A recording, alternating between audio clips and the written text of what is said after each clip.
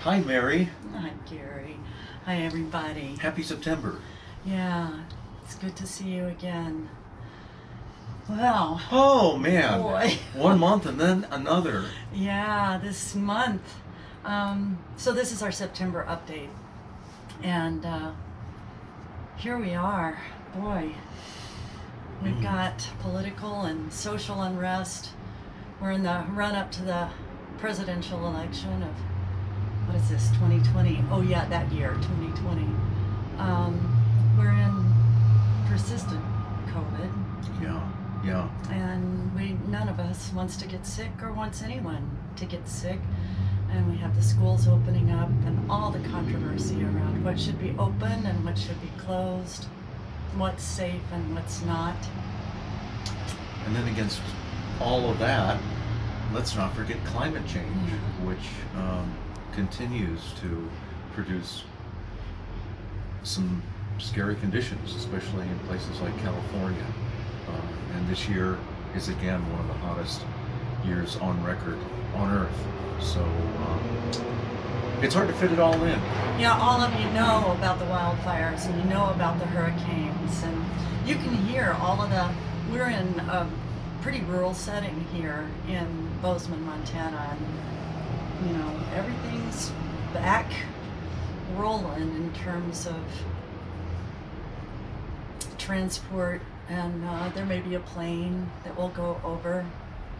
And we're moving towards fall and winter, and so it's not like climate change has pressed pause, but nothing seems to be pressing pause. And here we are in our lives, in our bafflement, and really sometimes fear, of course, fear, and in the meanness that can come up as a result of that.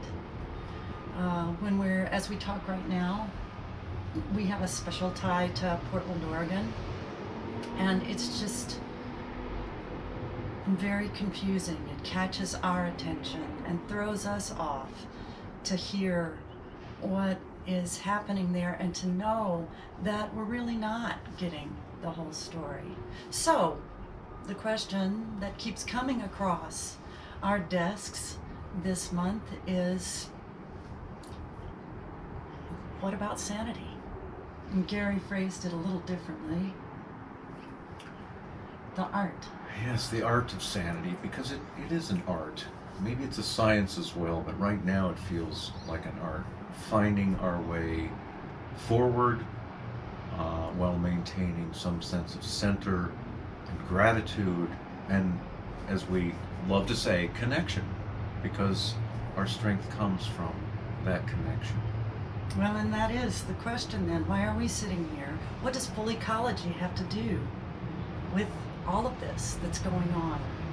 How can this understanding, this reclamation of full human nature, certainly we're seeing what we call human nature, this going into opposition and combat, but is that the whole story? In fact, as we've said in other updates, the evolutionary evidence is quite to the contrary. I think, if I may just interject something that's occurring to me, this is the season now, autumn, where I've always associated autumn with an extra strong chance to be held in the arms of nature. There's sort of a bittersweet beauty to it that opens our hearts in autumn. And so, to the extent that we and you can get out for even small forays into the natural world, which makes me think, we've talked previously about the phytoncides that trees give off that strengthen our immune system and fortify our vital organs, the microbes that allow life to exist for us, all of the interconnectedness, and also the psychological state of wellness that happens when we walk into the natural world. Our stress hormones go down, our blood pressure is moderated, our heart rate tends to slow. Those are embodied clues, embodied signs that you're doing something that is healthy for your organism. I wonder about taking that kind of body reliability into our daily lives as well. What is there about connection in your life that you can feel, that you can stop long enough to feel that connection and therefore verify that yes, this is good for the system, as opposed to being so caught up in the anxiety about what might happen next week, next month, next year, 10 years from now? Yeah, Gary's pointing, it seems to me, to some of the real nuance that faces us as a species that has the capacity for self-reflection. That self-reflection is at the same time our superpower and our biggest vulnerability. Because we can, and let's see if I can say that in a different way. Jump in to clarify, because last month for the update we were talking about storytelling. Our reflective capacity and the way that we move through the world is mediated. It comes through this system of making sense. And this system is bounded by the experiences and the understandings and the stories that I tell to myself. So you can see how stories come into conflict in human community, but they're never the whole story. And so we are seeing that the art of sanity, the art of sanity rests in what Gary pointed out in the 8 Master Lessons as the primary lesson, which is our connection with everything.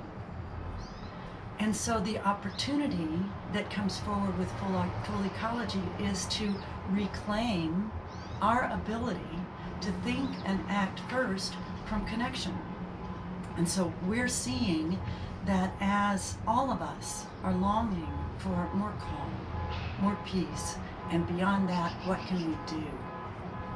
That the thing we can do is practice as often as possible what it looks like to act and live from connection. So what you were saying earlier, we are connected with autumn. We are connected with the outdoors.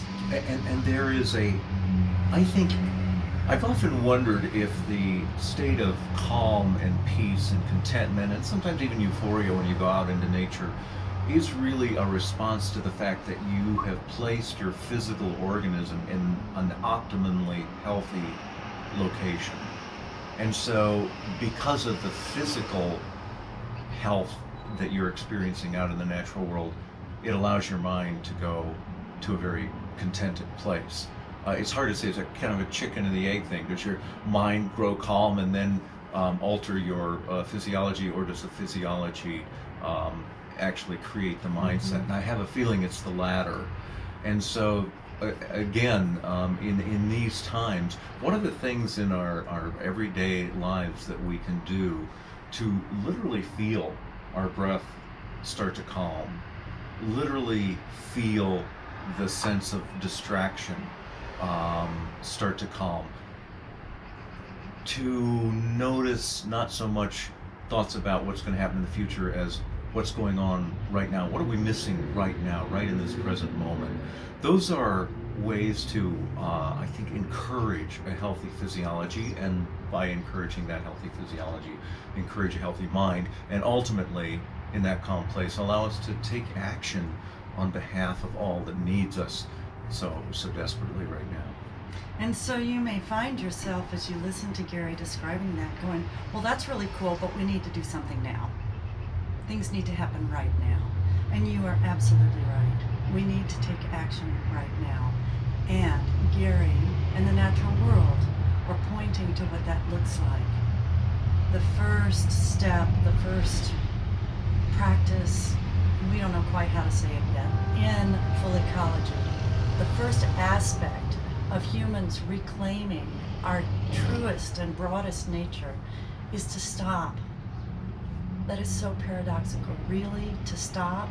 Yes, to stop. Because when we act reactively, and that's going on so much in all of us, no matter our political leanings, no matter our age or race or gender, no matter anything, We are all coming too easily, too quickly from reactivity. And the only way that you can see the content of that story is to stop. And so if we really want to get to healing and helpful action, one of the most healing things, imagine if everybody, every human knew how to stop.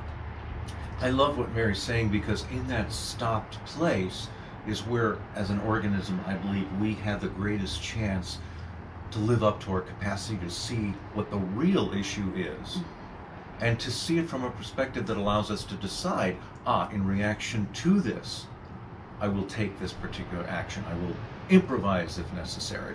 This is how most creatures in the world react. There's a set of circumstances that present themselves, and they take appropriate action to try to deal with it moment by moment by moment. We have a great capacity for that very same thing. How could we not? We are a product of the earth just like all those other creatures. So of course we develop that capacity. We just can lose it, as you were saying before, under the blessing / curse of reflective thinking. We can start to anticipate all that might go wrong in the future. That's really not helpful when it comes to seeing the reality of the present moment and deciding to be decisive on behalf of what really needs to be done in that moment.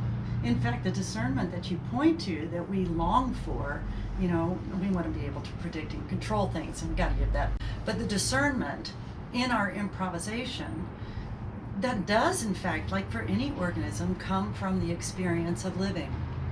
So there is discernment that comes forward that can help us survive and thrive as these bodies, and in community with one another, and in community with the natural world.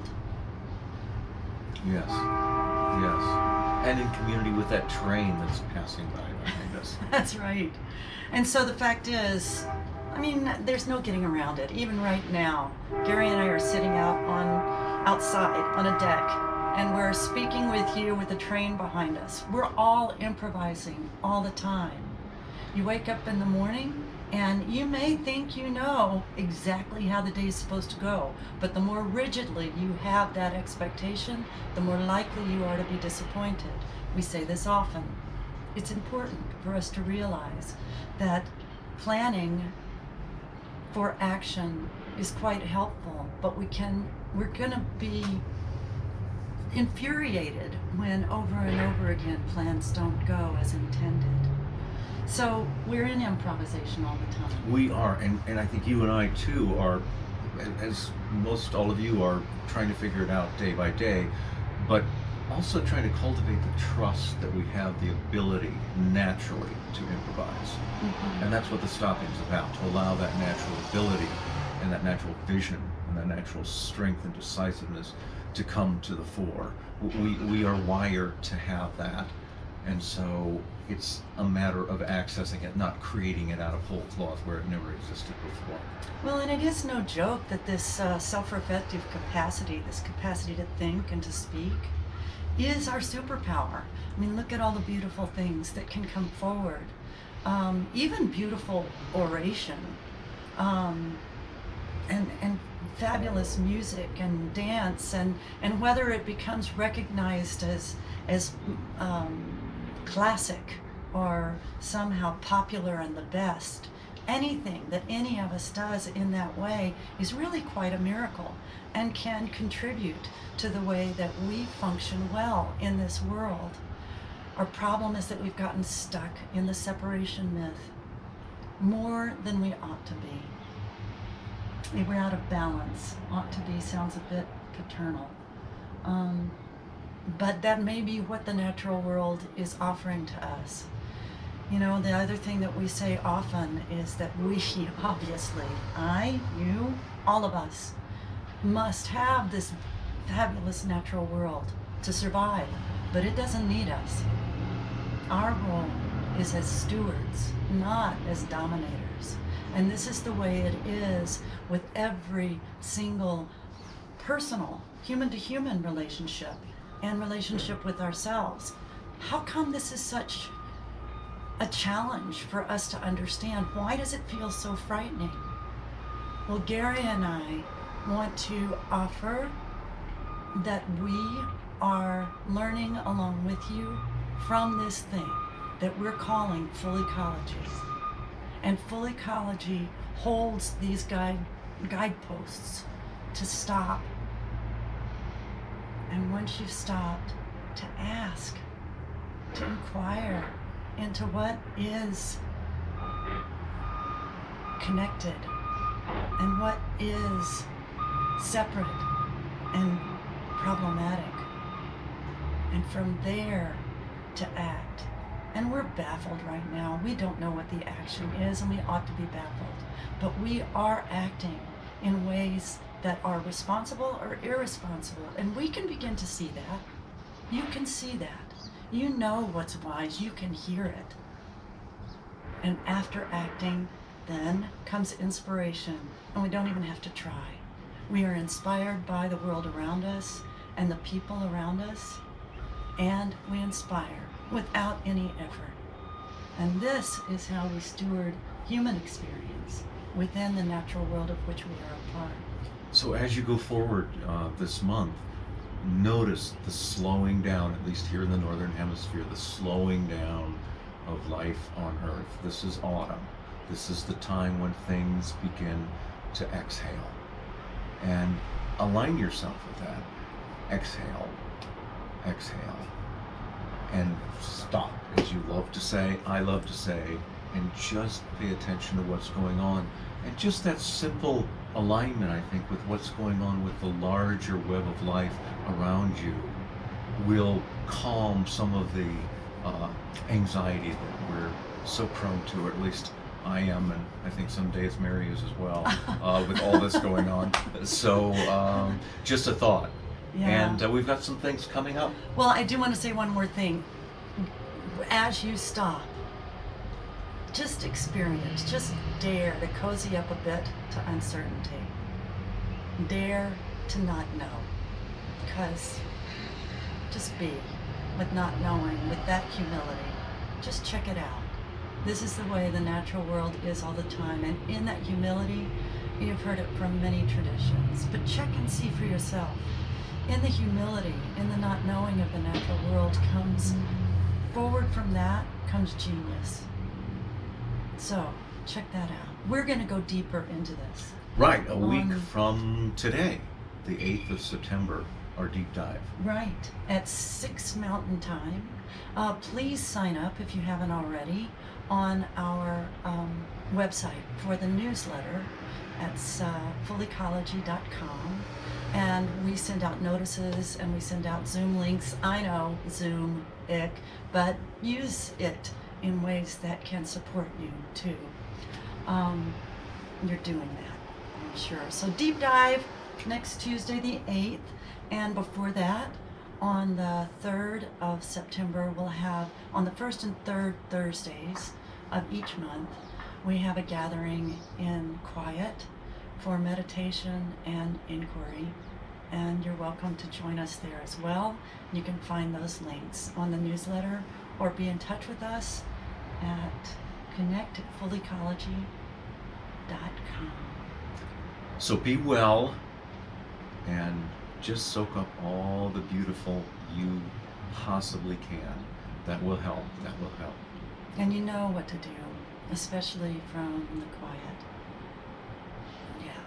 And we learn that from you, and we learn that constantly from the natural world. Full ecology is actually helping, so we hope it can be of some help to you as well. Thanks for tuning in to this update, and yeah, onward from here, and we can do this. You can. Bye for now. Thanks.